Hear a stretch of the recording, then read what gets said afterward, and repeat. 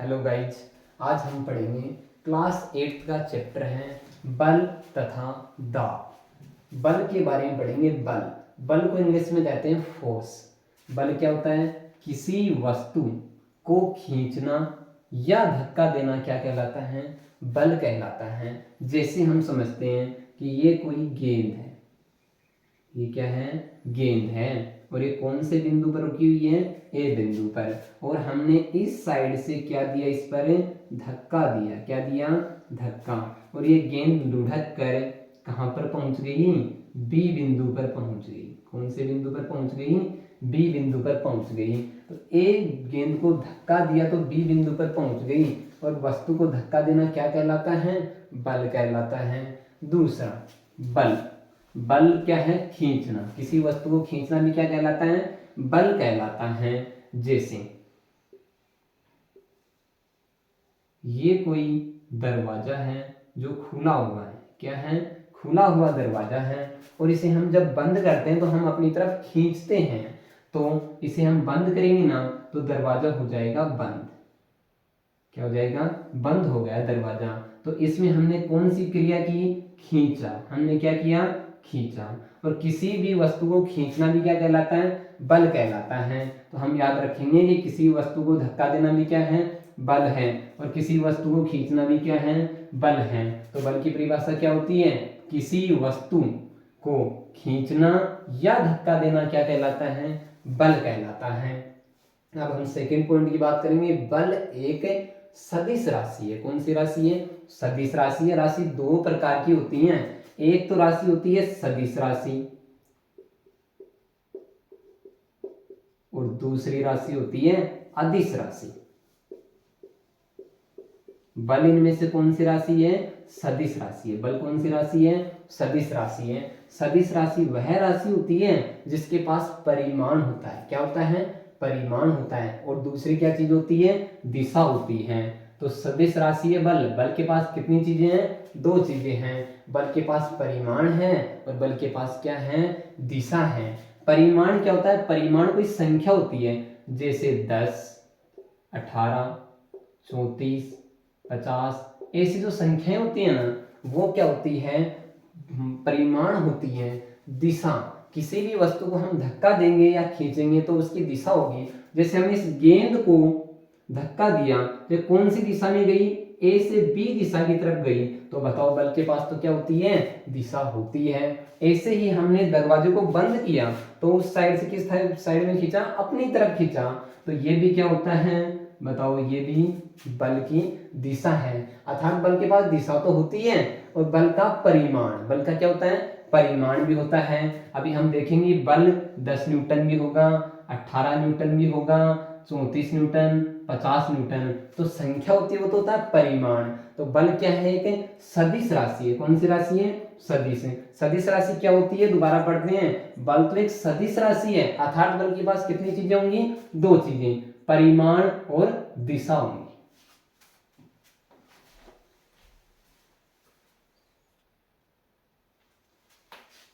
बल का प्रतीक। बल का प्रतीक क्या होता है?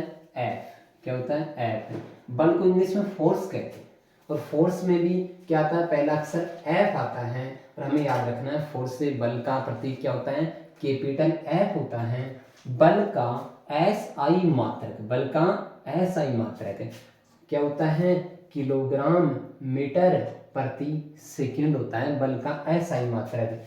या इसका एक और क्या नाम है? सामान्य नाम है न्यूटन। बल के मात्रक क्या कहते हैं? न्यूटन। और न्यूटन का कौन सा अक्षर दिखाया जाता है? कैपिटल एन अक्षर से लिखा जाता है। अब ये तो मात्रक है, पर क्या नाम है हमारे पास? एस आई नाम आया है। एस आई क्या होता है? एस आई की फुल फॉर्म होती है स्टैंडर्ड इंटरनेशनल सिस्टम। क्या होती है? Standard international system. हिंदी में बोलते हैं इसे अंतरराष्ट्रीय मानक मात्रक।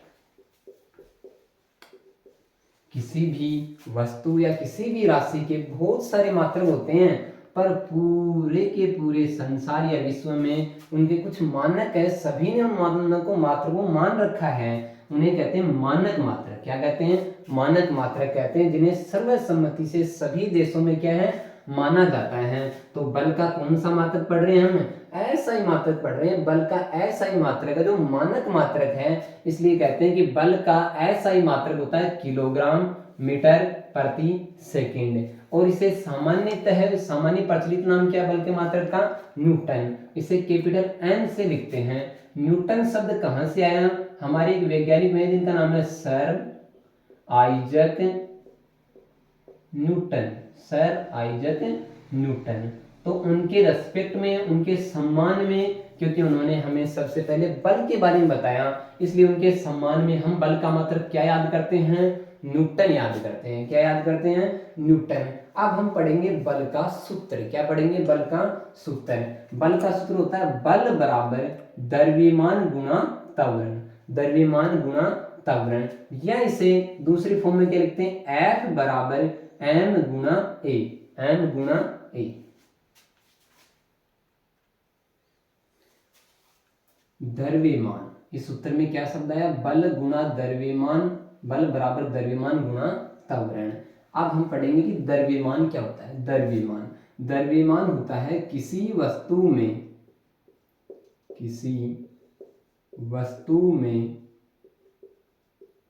उपस्थित पदार्थ की मात्रा, पदार्थ की मात्रा। पदार्थ की मात्रा को हम क्या कहते हैं? द्रव्यमान कहते हैं। किसी वस्तु में जितनी पदार्थ की मात्रा होती है उसे क्या कहते हैं? हम द्रव्यमान कहते हैं। जैसे हम बाजार गए और हम कितनी किलो चीनी लाए? 2 किलो चीनी लाए, 2 किलो चीनी। तो चीनी का द्रव्यमान कितना हुआ? 2 केजी। 2 केजी क्या है? चीनी का द्रव्यमान है।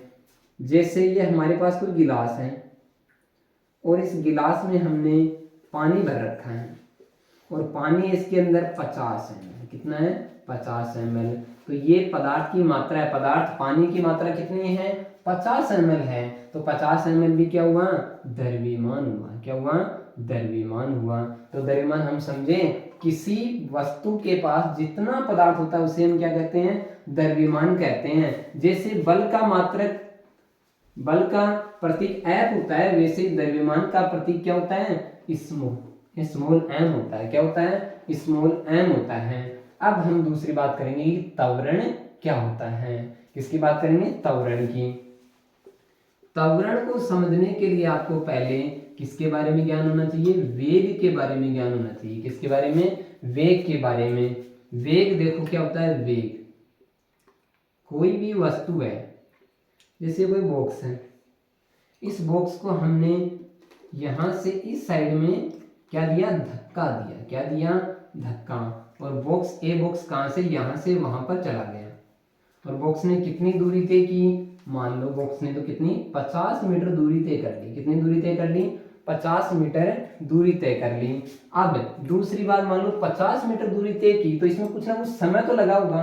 तो समय कितना होता है बताओ? समय 3 सेकंड लगा। कितना समय लगा? 3 सेकंड लगा। तो वेग क्या होता है? वेग होता है विस्थापन बटे समय।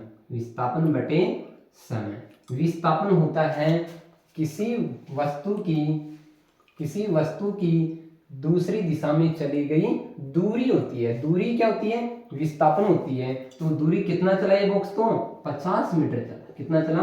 50 मीटर चला। तो ये तो गया विस्थापन है। कितना समय लगा उसे? 3 सेकंड लगी उसे। तो 50 मीटर और कितनी सेकंड लगी? 3 सेकंड लगी। तो 50 बटे 3 और मीटर प्रति सेकंड, ये तो होता है वेग। क्या होता है? वेग। जैसे हम मोटरसाइकिल में देखते हैं 60 किलोमीटर प्रति घंटा, ये वेग का बड़ा मात्रक है। कौन सा मात्रक है? बड़ा मात्रक है। लेकिन मीटर प्रति सेकंड, मीटर प्रति सेकंड देखो बल के मात्रक में भी आ रहा है मीटर प्रति सेकंड। मीटर प्रति सेकंड कौन सा मात्रक है वेग का? अस्थायी मात्रक है। कौन सा मात्रक है? अस्थायी मात्रक है। जैसे बल का अस्थायी मात्रक क्या होता है? किलोग्राम मीटर प्रति सेकंड, वैसे ही वेग का अस्थायी मात्रक क्या होता है? मीटर प्रति सेकंड। ये है किलोग्राम, किलोग्राम की दूरी है, और समय देखो, समय जैसे 3 सेकंड है और इसमें क्या है? घंटा है समय, ऐसे 90 किलोमीटर प्रति घंटा। ये सब क्या होते हैं? वेग होते हैं। क्या होते हैं? वेग होते हैं।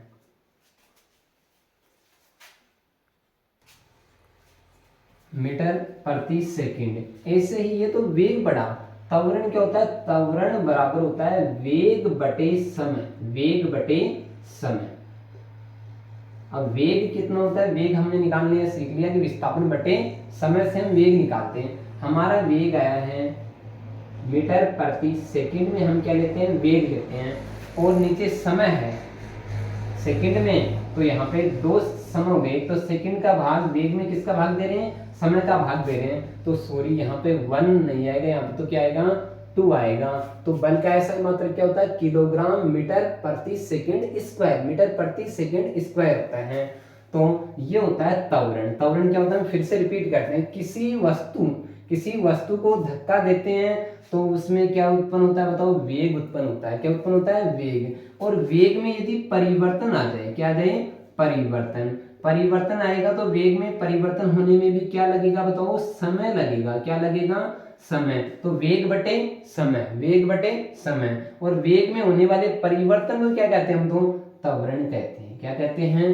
त्वरण कहते हैं। अर्थात हमारे बल का क्या सूत्र गया? बल बराबर द्रव्यमान गुणा त्वरण। तो हमने बल के बारे में पढ़ा कि बल है ना, बल द्रव्यमान गुणा त्वरण से बनता है। द्रव्यमान क्या होता है? द्रव्यमान तो किसी वस्तु में उपस्थित पदार्थ की मात्रा क्या कहलाती है? द्रव्यमान। द्रव्यमान हम किलोग्राम में लिख सकते हैं, ग्राम में भी लिख सकते हैं, लेकिन किलोग्राम बल का द्रव्यमान का कौन सा मात्रक है? अस्थायी मात्रक है। ऐसे ही दूसरा क्या शब्द है? त्वरण।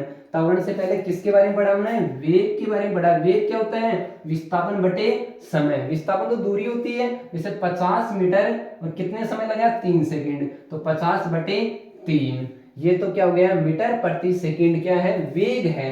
पर वेग में परिवर्तन, किसमें परिवर्तन? वेग में परिवर्तन। वेग स्पीड बढ़ती है तो वेग में परिवर्तन होता है, स्पीड घटती है किसी वस्तु की तो भी किसमें परिवर्तन होता है? वेग में। और सबको पता है कि वेग घटेगा या बढ़ेगा तो उसमें क्या लगेगा? समय लगेगा। क्या लगेगा? समय लगेगा। तो वेग में परिवर्तन होने में क्या लगता है? बताओ, समय लगता है। तो वेग बटे समय क्या हो जाता है? त्वरण हो जाता है। तो त्वरण होता है वेग बटे समय। तो इंग्लिश में क्या लिखते हैं? F बराबर m गुना a। धन्यवाद। बल के कारण होने वाले परिवर्तन। बल के कारण मुख्यतः 4 प्रकार के परिवर्तन हमारी बुक में। पहला, किसी वस्तु को विराम अवस्था से गति में ला सकते हैं। कोई वस्तु है, जैसे ये गेंद है, ठीक है, ये कौन सी अवस्था में है? विराम अवस्था में है। विराम अवस्था में ये वस्तु, और जब हम इस वस्तु पर क्या लगाते हैं? बल लगाते हैं। क्या लगाते हैं? अब बल लगाते हैं। तो हमें पता है ये वस्तु गेंद गति करेगी और गति करके कहाँ जाएगी? आगे की तरफ जाएगी। अर्थात पहले वस्तु कौन सी अवस्था में थी? विराम अवस्था में, और अब वस्तु गति कर रही है, आगे की तरफ क्या कर रही है? गति। अब वस्तु कौन सी अवस्था में आ चुकी है? गतिशील अवस्था में आ चुकी है। गतिशील अवस्था में आ चुकी है। तो किसी भी वस्तु पर बल लगाने पर वस्तु विराम अवस्था से कौन सी अवस्था में आ जाती है? गतिशील अवस्था में आ जाती है। तो किसी वस्तु को हम विराम अवस्था से किस में ला सकते हैं? बल लगाकर गतिशील अवस्था में ला सकते हैं। गतिशील वस्तु की चाल में परिवर्तन। गतिशील वस्तु की चाल में भी क्या कर सकते हैं? परिवर्तन कर सकते हैं। पहला तो कि विराम अवस्था से हम कौन सी अवस्था में ला सकते हैं? वस्तु को गति में ला सकते हैं। दूसरा परिवर्तन ये कर सकते हैं कि गतिशील वस्तु है, वस्तु भी क्या है? गतिशील है, उसकी चाल में भी क्या कर सकते हैं? हम परिवर्तन कर सकते हैं। जैसे ये कोई टायर है, साइकिल का क्या है? टायर है, और हम इसे इस साइड से क्या लगा रहे हैं? बल लगा रहे हैं। जितना ज्यादा बल बढ़ता जाएगा, बल का परिमाण बढ़ता जाएगा, इसकी क्या होगी? गति में क्या होगी? वृद्धि होगी। गति में क्या होगी? वृद्धि होगी। और जैसे ही बल का मान घटता जाएगा, धीरे धीरे बल हम कम लगाएंगे या फिर बल नहीं लगाएंगे तो इसकी गति में क्या आएगा, कमी आएगी। क्या आएगी, कमी। तो बल के कारण गति बढ़ भी सकती है, बल लगाने पर गति क्या होती है, बढ़ सकती है, और बल लगाने पर गति क्या की जा सकती है, कम भी की जा सकती है। तो एक दूसरा है कि गतिशील वस्तु की चाल में भी क्या कर सकते हैं, हम परिवर्तन कर सकते हैं। तीसरा है गतिशील वस्तु की दिशा में परिवर्तन।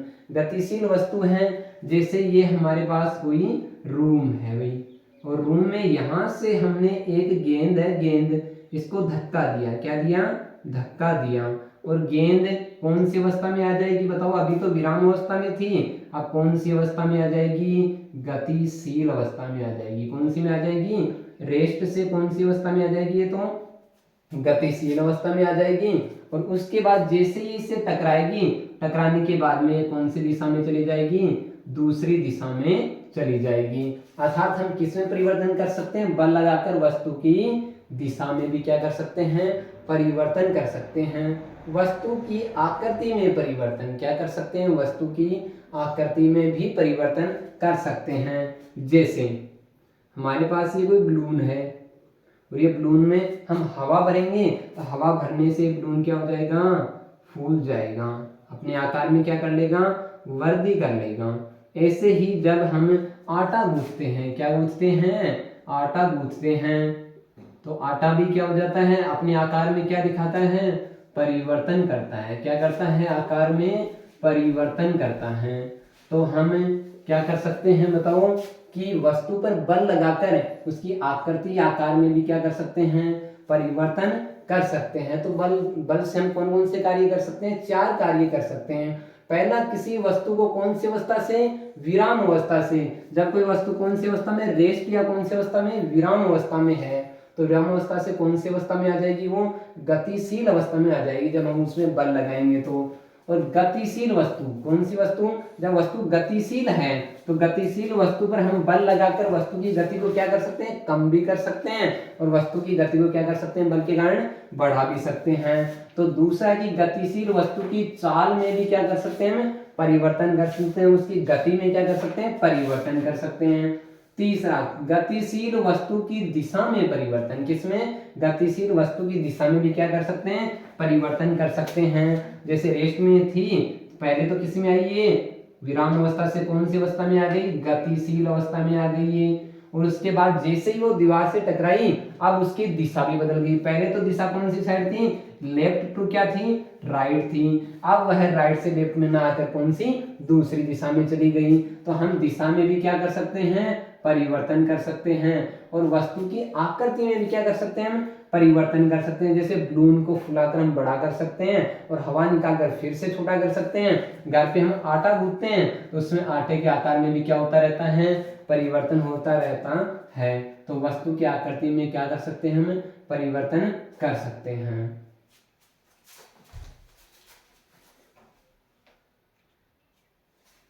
बलून में क्या होती है, वृद्धि होती है। अब हम आगे के 2 टॉपिक और हमारे बल के प्रकार और दाब, ये हम नेक्स्ट अगले टॉपिक में कवर करेंगे।